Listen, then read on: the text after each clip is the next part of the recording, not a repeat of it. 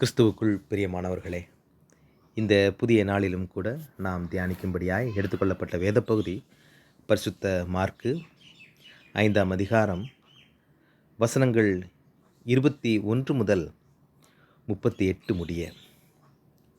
விசுவாசம் அற்புதத்தின் ஆரம்பம்.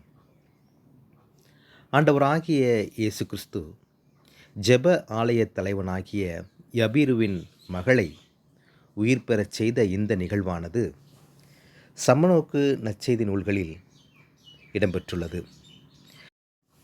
எனினும் மார்க்கு நற்செய்தியாளர் இதனை சற்று விளக்கமாகவே இந்த நிகழ்வை எடுத்து விளக்குகின்றார்.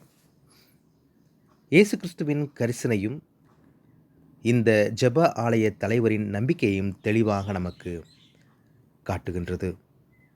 ஆண்டவர் இயேசுவால் அற்புதத்தை நிகழ்த்த முடியும் என்ற நம்பிக்கைதான் இந்த யபீருவை ஆண்டவரின் கால்களில் விழ வைத்தது.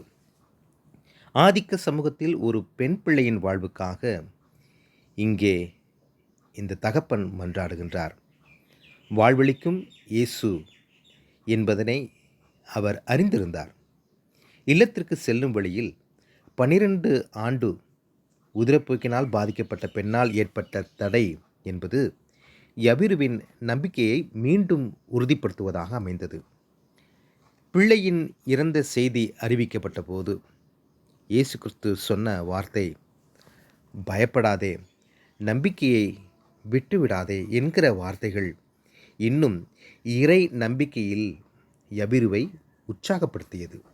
எனக்கு பிரியமானவர்களே, நம்மை சுற்றி இருக்கும் சூழ்நிலைகள் நடந்து முடிந்துவிட்டன, இனி வாய்ப்பு எதுவுமே இல்லை என்ற சூழ்நிலையிலே நிகழ்வுகள் அனைத்தும் நமக்கு எதிராக இருந்தாலும் கூட நம்மோடு கூட பயணிக்கும் ஆண்டவர் இயேசு பெரியவர் என்கிற எண்ணத்தோடு நம்முடைய பயணத்தை நாம் மேற்கொள்ளும் பொழுது முடிந்தது என்ற நிலையிலிருந்து முளைத்து எழும்பும் வாழ்வை ஆண்டவர் இயேசு நமக்கு கட்டளையிடுவார்.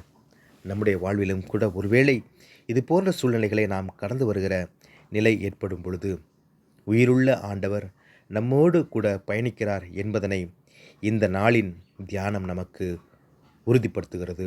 தேவன் தாமே புதிய ஆசீர்வாதங்களை இந்த நாளிலே நாம் பெற்றுக்கொள்ள உதவி செய்வாராக. ஆண்டவரை நோக்கி நாம் வேண்டுதல் செய்வோம். கிருபையும் இரக்கமும் நிறைந்த எங்கள் அன்பின் கடவுளே, இந்த புதிய நாளுக்காய் நாங்கள் நன்றி செலுத்துகிறோம். இதனை கேட்டுக்கொண்டிருக்கிற ஒவ்வொரு பிள்ளைகளுடைய வாழ்க்கையிலும் நீர் நன்மை செய்ய ஆசீர்வாதங்களை கொடுக்க வல்லவர் என்பதனை நாங்கள் விசுவாசிக்கிறோம்.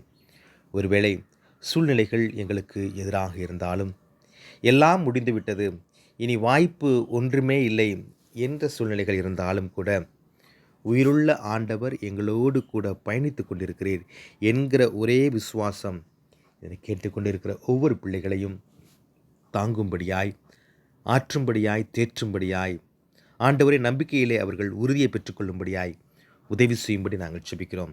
அந்த நம்பிக்கையோடு இந்த நாளை சந்திக்க, ஒரு அற்புதத்தை இந்த நாளில் பெற்றுக்கொள்ள இதனை கேட்டுக்கொண்டிருக்கிற ஒவ்வொரு பிள்ளைகளுக்கும் நீர்தாமே உதவி செய்யும்படி மீட்பரும் இரட்சகருமாகிய இறைமகன் இயேசு கிறிஸ்துவின் ஈடு இணையற்ற நாமத்திலே ஜெபிக்கிறோம் எங்கள் அன்பின் பரலோக கடவுளே. ஆமேன்.